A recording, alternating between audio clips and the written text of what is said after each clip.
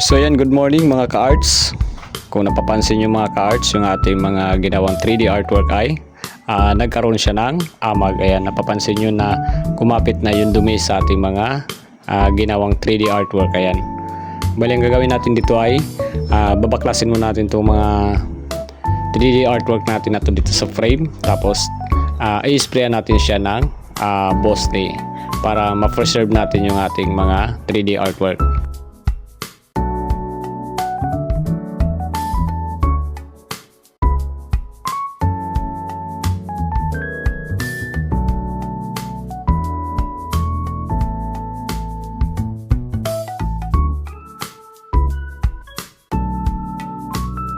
So yun na guys, nalinis na nga natin itong mga 3D artwork natin na nagkaroon ng amag at na-spray na rin natin ito ng Boss Day. Ayan, ibabalik na natin ito sa frame para ma-preserve natin yung ating mga 3D artwork. So yun lang.